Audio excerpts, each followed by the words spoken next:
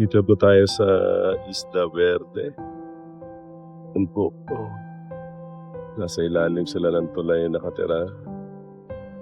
Nawas out din po talaga. Yung kabahayan nila ito sa lugar na ito. So, grabe po, no? Makikita nyo, wala na yung mga bahay talaga. Dati punong-puno ng bahay yan. Pero ngayon, wala na. Wala ka na makikitang bahay. Nawas out po talaga sila. Ano yung mga motor pala nandiyan dyan. Wala na ako ngayon mga sasakyan nila. Punong-puno po ito dati ng bahay. Ngayon, wala na po.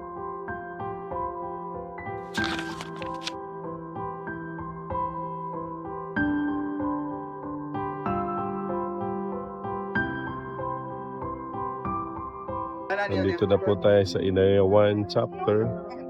Bahagi po rin po ito ng Cebu City. So dito lang po natin sila dinala sa may isang lugar na ligtas para hindi rin po sila mahirapan. Patuloy po ang ating pagpapasalamat sa lahat po ng patuloy na nagbibigay sa atin ng tulong para maabutan natin ng 5 kilo ng bigas ang mga kapatid po natin dito sa Inayawan.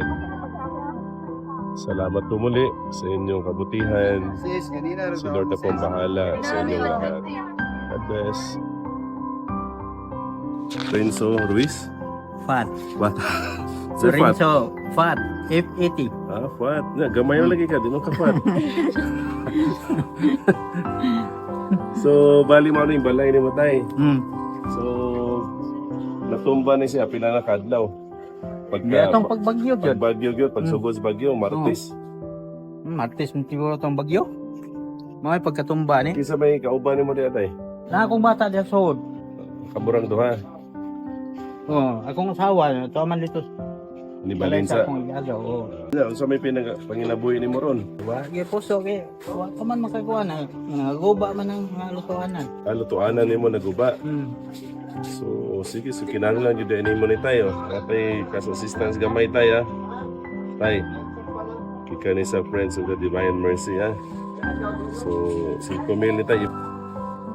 Ipasa. Sakto 5. Imo ni siya tayo ha.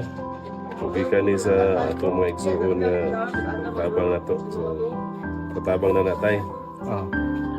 Salamat. So tayo, okay na. Kapalit na gamit tayo. Ano makakuha ng puso. So tayo. Hilap lang dahil. Sige tayo. So pasalamat lang na sa Ginoo tayo ha.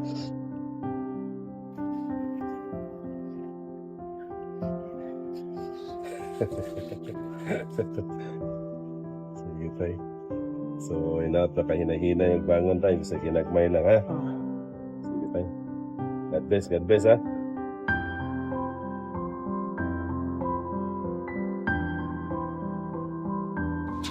Para sa mga nais tumulong sa biyayang bigas, maaari kayong mag-donate sa GCash number na makikita sa screen o mag-message sa aming Facebook page, Friends of the Divine Mercy.